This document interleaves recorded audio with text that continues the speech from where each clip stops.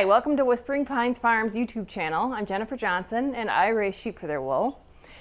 One of the parts of the job I have is I get to go through every single fleece that we harvested, either through shearing or ruing, and skirt them. So skirting is the process where you kind of tidy it up and get it ready to offer to a hand spinner.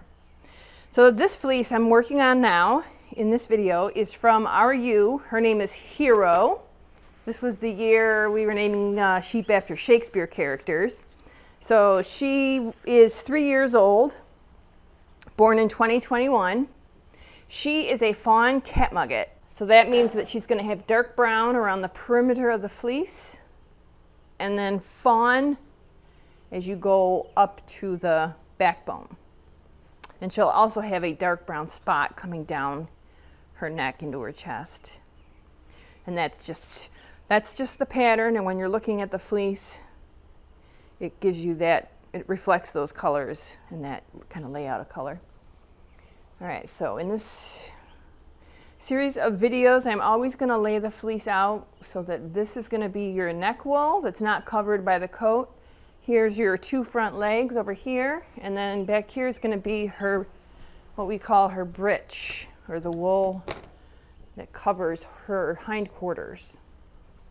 And then this will be like the wool from way down on her back leg. So we're breeding for sheep that have very minimal breech, and when it gets breechy, it gets kind of hairy. So here's breech wool here. And we're trying to breed for ewes that have a minimum amount of this. So, and it's just really just a question of selecting for those ewes that aren't super hairy down here. So what we want to have is the entire fleece be the same quality, which is a little bit different than a lot of the North American Shetlands, right? A lot of people talk about the nice thing about those fleeces is you have certain sections you can use for socks, other sections you can use for weaving, blah, blah, blah.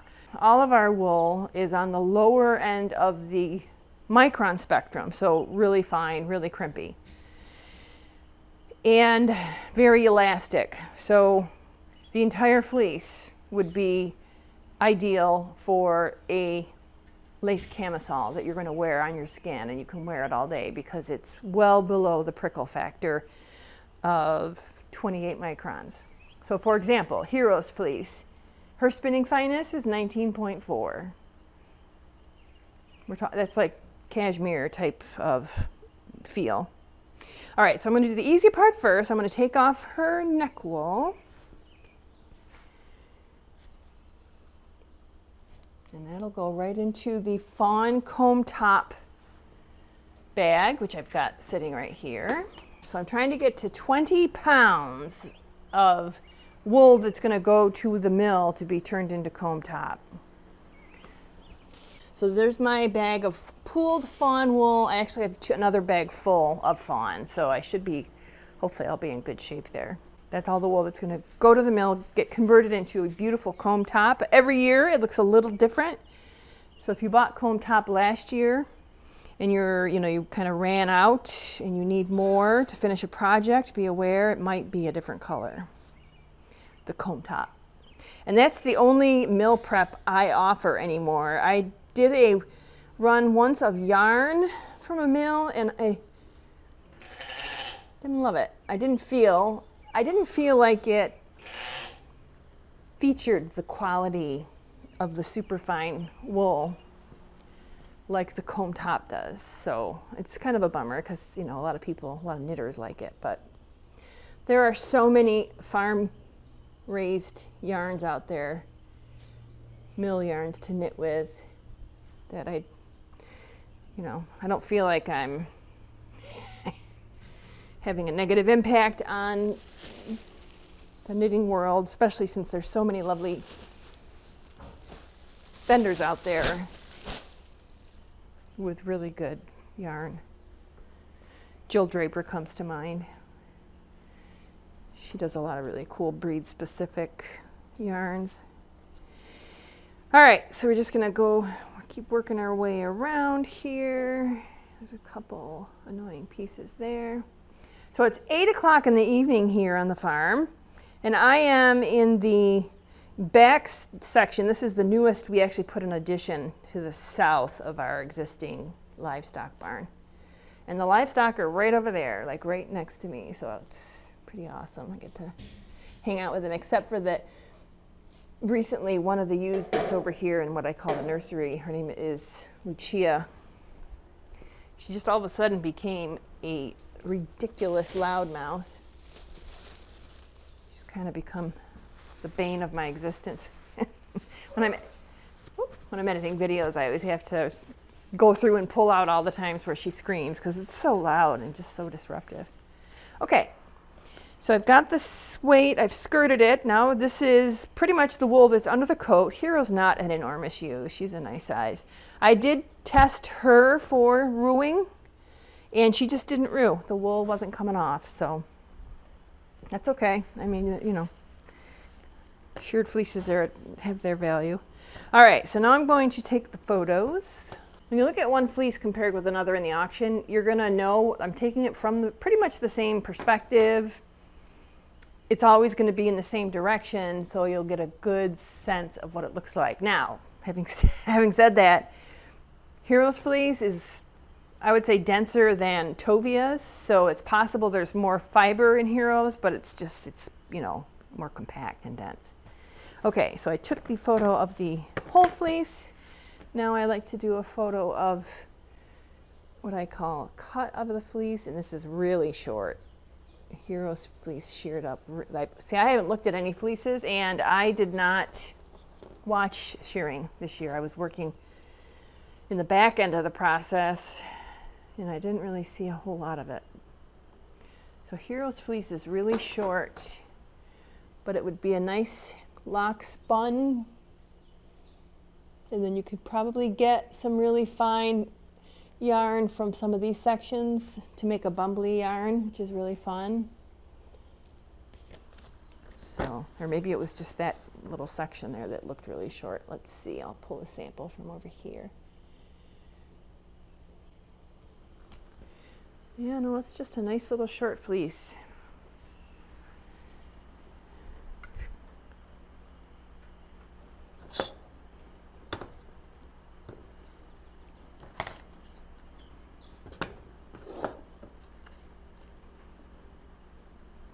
Two inches is the staple length. It's really crimpy though. This would be a nice one to spin. This might be a nice one, although it's not that big. It might be a nice one to send to the mill. But I don't know that you can get that low of a minimum. I take it back.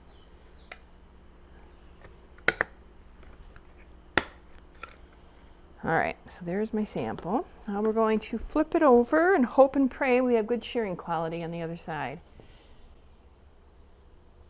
Oh boy, maybe I'm gonna process this one.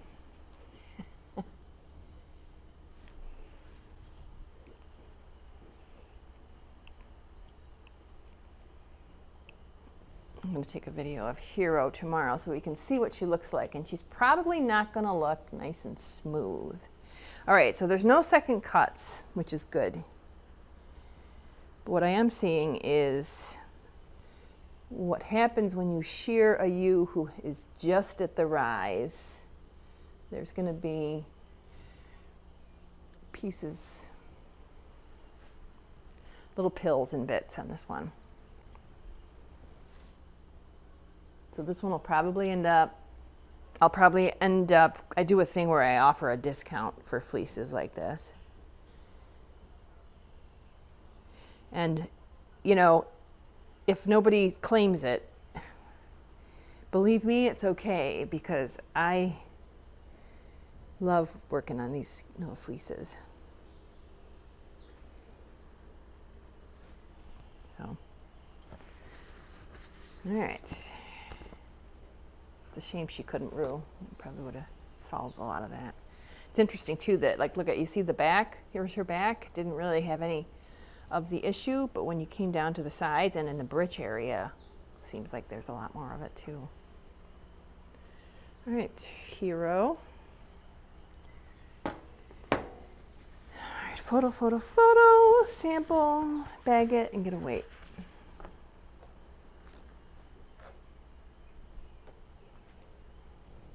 You can hear the peepers out there.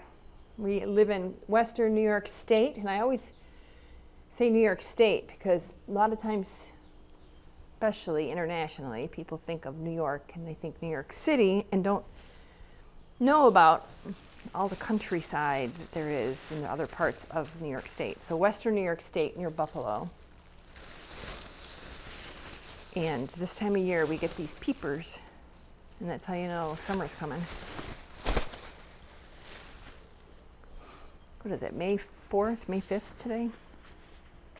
All right, so I'm gonna go get a weight and I'll report back on what the weight was. Heroes Fleece weighed 23.3 ounces. So the other thing I'm gonna do, I go in the house and I put all this data in a spreadsheet, and I'm gonna calculate what her yield is.